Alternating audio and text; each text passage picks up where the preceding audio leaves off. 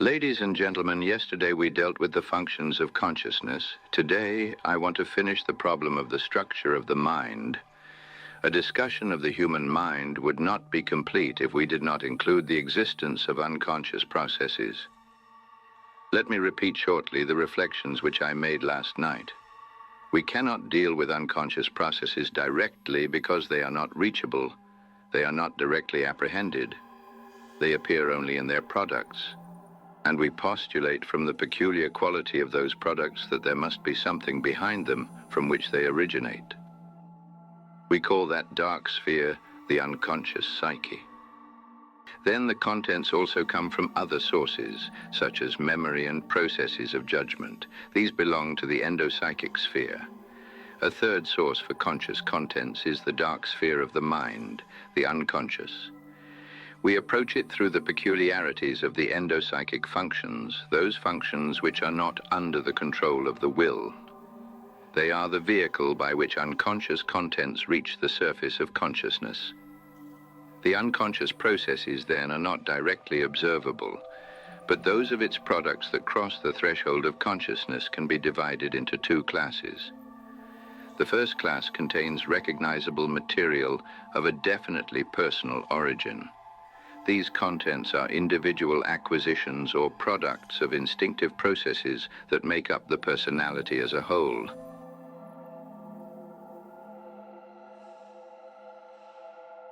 Then there is another class of contents of definitely unknown origin, or at all events of an origin which cannot be ascribed to individual acquisition. These contents have one outstanding peculiarity, and that is their mythological character. It is as if they belong to a pattern not peculiar to any particular mind or person, but rather to a pattern peculiar to mankind. They belong to mankind in general, and therefore they are of a collective nature. These collective patterns I have called archetypes, using an expression of St. Augustine's.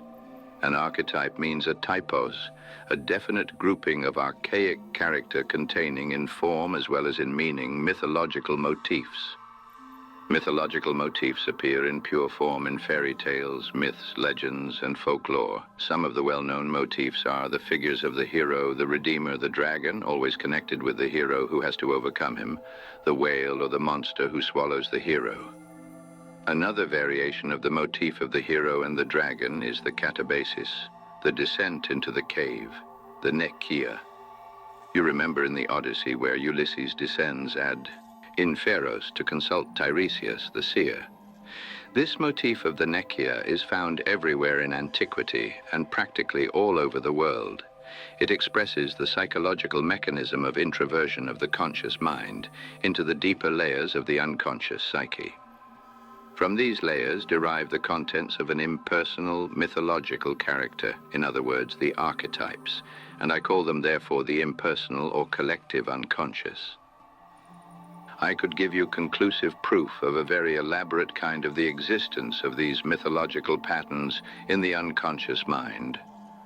But in order to present my material, I should need to lecture for a fortnight. I would have first to explain to you the meaning of dreams and dream theories, and then give you all the historical parallels and explain fully their importance, because the symbolism of these images and ideas is not taught in public schools or universities, and even specialists very rarely know of it. I had to study it for years and to find the material myself, and I cannot expect even a highly educated audience to be au courant with such abstruse matters. When we come to the technique of dream analysis, I shall be forced to enter into some of the mythological material, and you will get a glimpse of what this work of finding parallels to unconscious products is really like.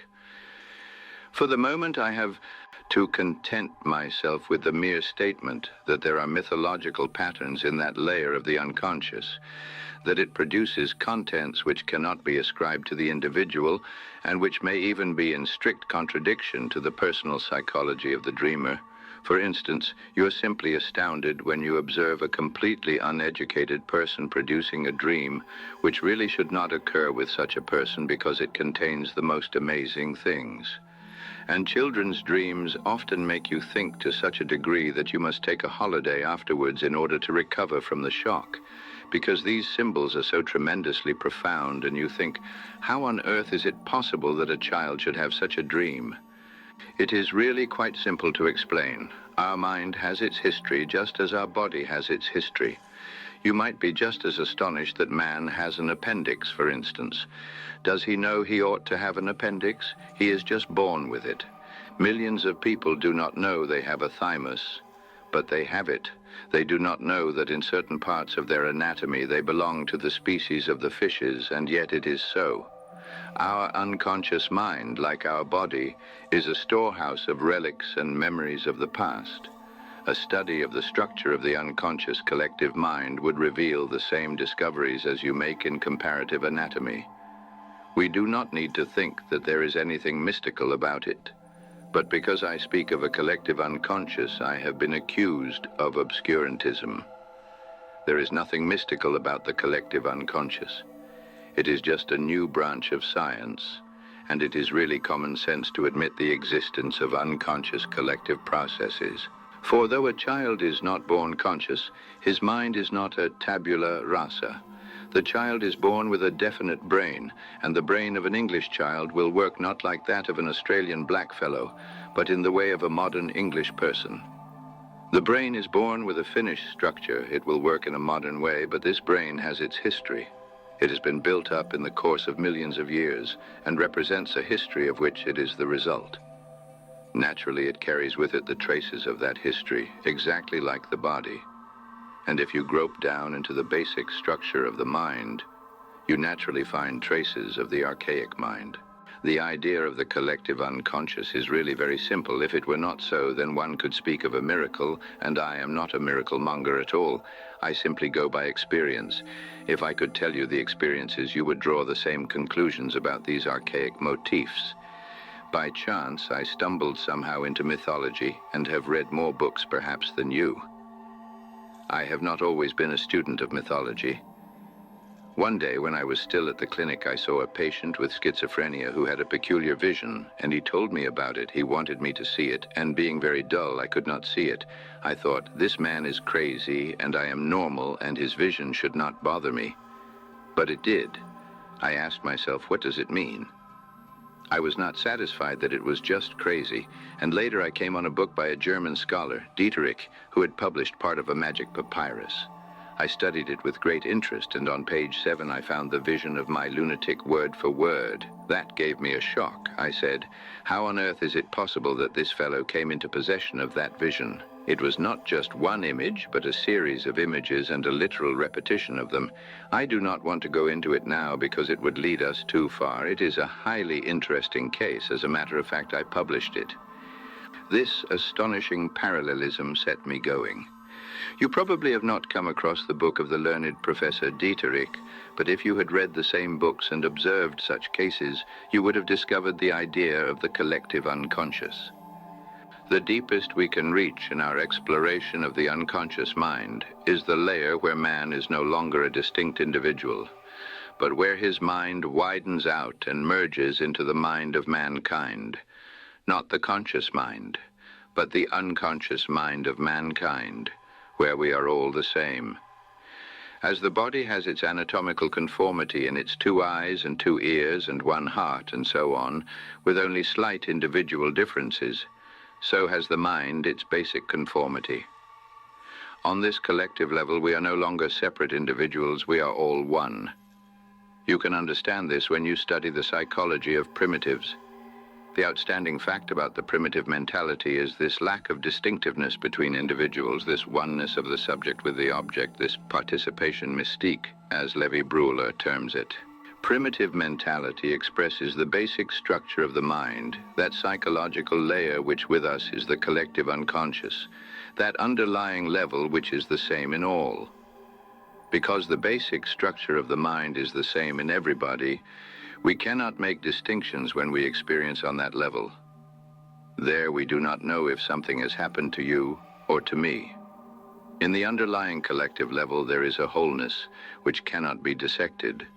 If you begin to think about participation as a fact, which means that fundamentally we are identical with everybody and everything, You are led to very peculiar theoretical conclusions. You should not go further than those conclusions because these things get dangerous, but some of the conclusions you should explore because they can explain a lot of peculiar things that happen to man. I want to sum up.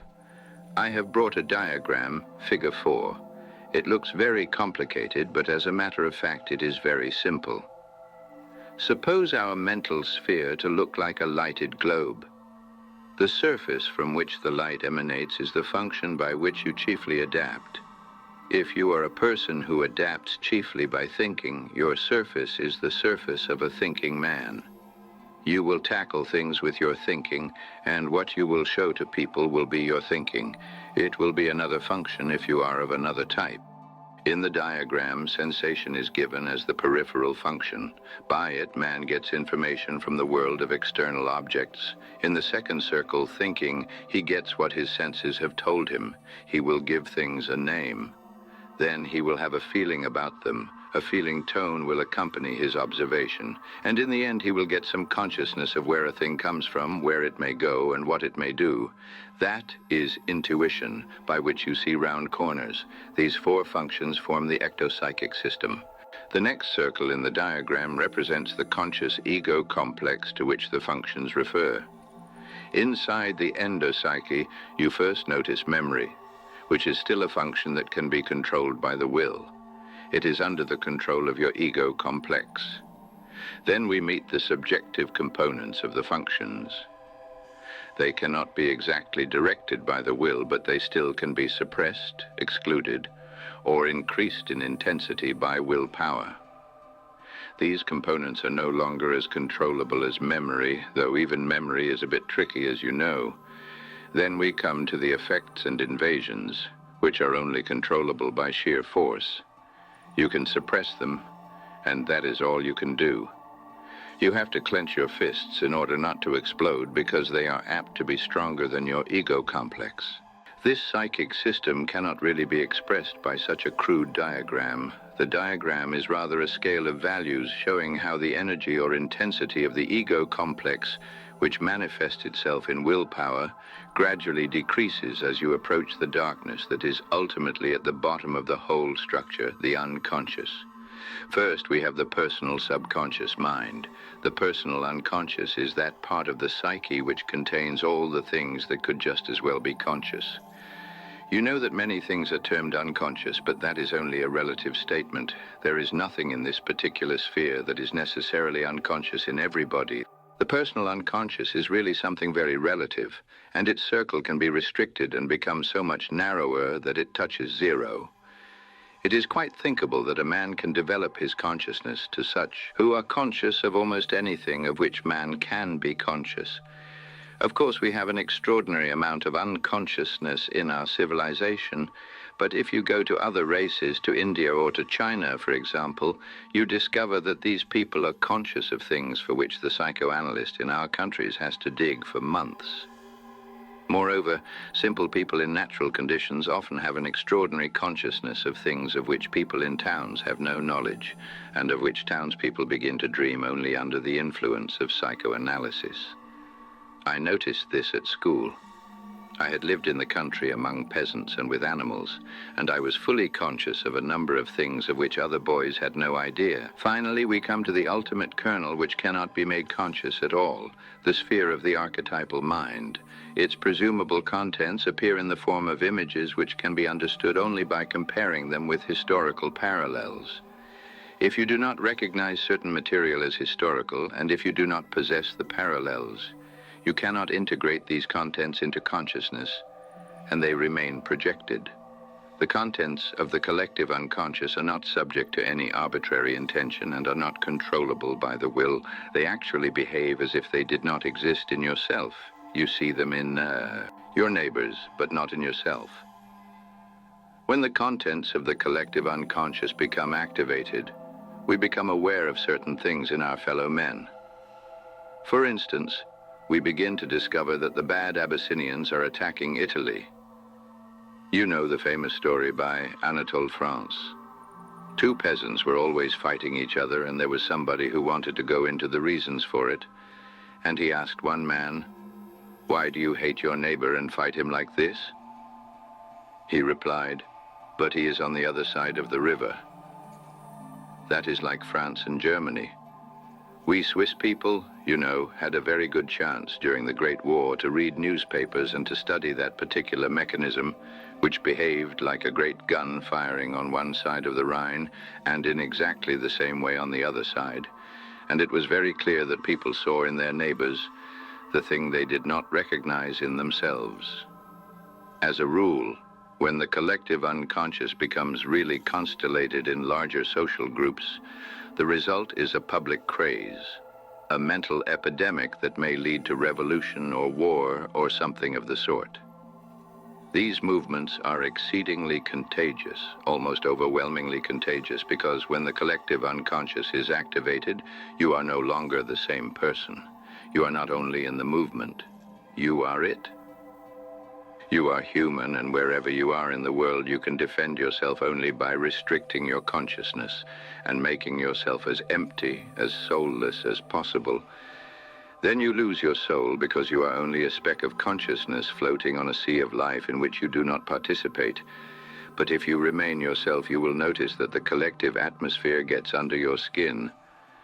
These things are wholly unconscious, and you can only talk to very enlightened people about them. It is just as difficult to talk to Frenchmen or Germans when you have to tell them why they are so much against each other. A little while ago, I had a nice evening in Paris. Some very cultivated men had invited me, and we had a pleasant conversation. They asked me about national differences, and I thought I would put my foot in it, so I said, "What you value is la clarté latine, la clarté de l'esprit latin. That is because your thinking is inferior. The Latin thinker is inferior in comparison to the German thinker." They cocked their ears, and I said, "But your feeling is unsurpassable. It is absolutely differentiated." They said, "How is that?" I replied, "Go to a cafe or a vaudeville or a place where you hear songs and stage plays, and you will notice a very peculiar phenomenon. There are any number of very grotesque and cynical things, and then suddenly something sentimental happens. A mother loses her child, there is a lost love, or something marvelously patriotic, and you must weep. For you, the salt and the sugar have to go together. But a German can stand a whole evening of sugar only. The Frenchman must have a bit of salt in him. You meet a man and say, 'Pleased to make your acquaintance.' In reality, you are not at all pleased to make his acquaintance. What you are really feeling is, 'Oh, go to the devil.' But you are not disturbed, nor is he. But do not say to a German, 'Pleased to make your acquaintance,' because he will believe it. A German will sell you a pair of sock suspenders and not only expect, as is natural, to be paid for it. He also expects to be loved for it.